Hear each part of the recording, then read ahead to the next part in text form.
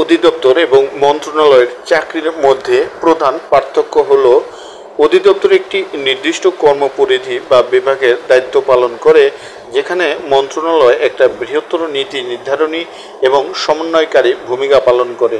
সহজ ভাষায় অধিদপ্তর একটি বিশেষায়িত সংস্থা যা মন্ত্রণালয়ের অধীন থেকে কাজ করে। এখানে কয়েকটি মূল পার্থক্য তুলে ধরা হলো এবং দায়িত্ব ও কর্মপরিধি সম্পর্কে আলোচনা করা হলো।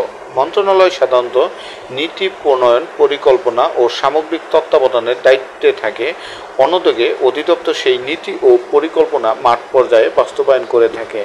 কাঠামো: মন্ত্রণালয় একটা বৃহত্তর কাঠামো যেখানে বিভিন্ন বিভাগ ও শাখা থাকে। অধিদপ্তর সাধারণত একটি নির্দিষ্ট মন্ত্রণালয়ের অধীনে একটি বিশেষায়িত সংস্থা। ক্ষমতা ও কর্তৃত্ব: মন্ত্রণালয়ের ক্ষমতা ও কর্তৃত্ব অধিদপ্তরের চেয়ে বেশি হয়ে থাকে, কারণ মন্ত্রণালয় নীতি নির্ধারণী ক্ষমতার অধিকারী। অধিদপ্তর মন্ত্রণালয়ের নির্দেশনা অনুযায়ী কাজ করে এবং মাঠ পর্যায়ে সেই অনুযায়ী কার্যক্রম পরিচালনা করে থাকে। কর্মচারীদের পদমর্যাদা: মন্ত্রণালয়ের কর্মকর্তারা সাধারণত উচ্চ পদমর্যাদার হয়ে থাকেন এবং তাদের কাজের পরিধি বৃহত্তর। অধিদপ্তরের কর্মকর্তারা মাঠ পর্যায়ে কাজ করেন এবং তাদের পদমর্যাদা তুলনামূলকভাবে কম হয়ে থাকে।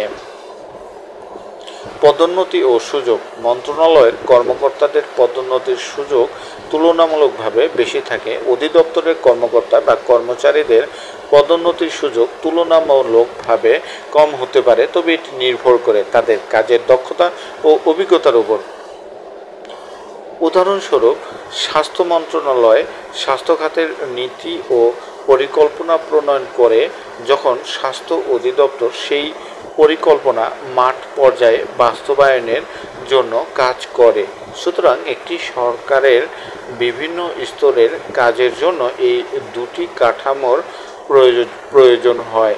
মন্ত্রণালয় নীতি নির্ধারণ ও পরিকল্পনা করে এবং অধিদপ্তর সেই পরিকল্পনা বাস্তবায়নের কাজ করে থাকে।